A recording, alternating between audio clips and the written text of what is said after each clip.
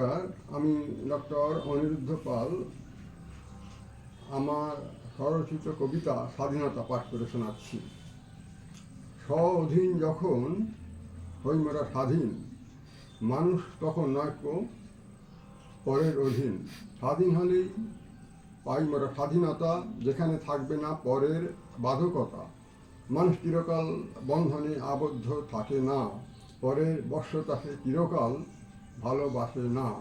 সে চায় মুক্ত বিহঙ্গের শৃঙ্খল মুক্ত জীবন, নিজের খুশি মতো বাঁচা, ঊর্ধ্বে রাখি গগন।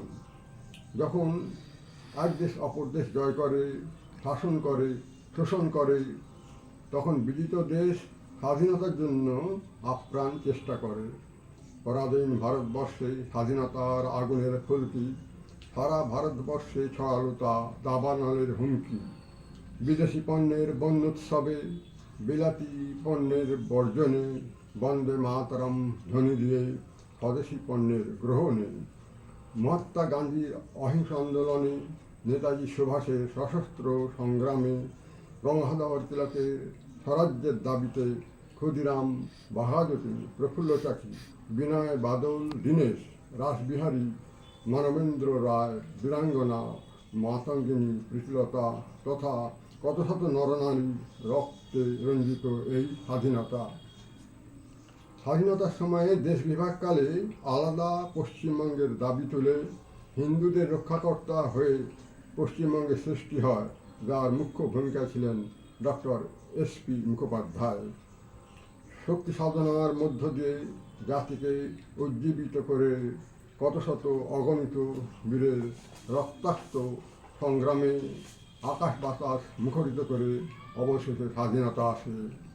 আজ স্বাধীনতা দিবস স্মরণে প্রণাম জানাই তোমাদের সকলকে। দেশের লালকেল্লা শীর্ষে ওঠে আমাদের জাতীয় পতাকা, প্রগতি, সংগ্রাম ও সংহতির প্রতীক এই পতাকা। তো প্রকৃত স্বাধীন কি হয়েছি আমরা?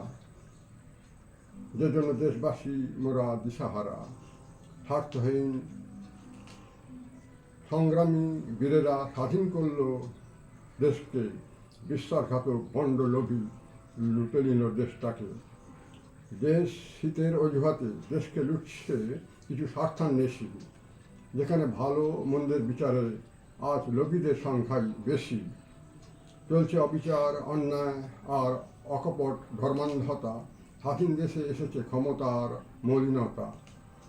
হে ভারত, তুমি পথ হারালে স্বাধীনতার পথ, অনাচারে ভুলুণ্ঠিত আর্যাবর্তের উন্নতশীল। বলো ওগো হৃদয়ের মণি, আসিবে কবে ফিরে স্বাধীন দেশের স্বাধীনতাকে নবরূপে ফেরাবার তরে? নমস্কার।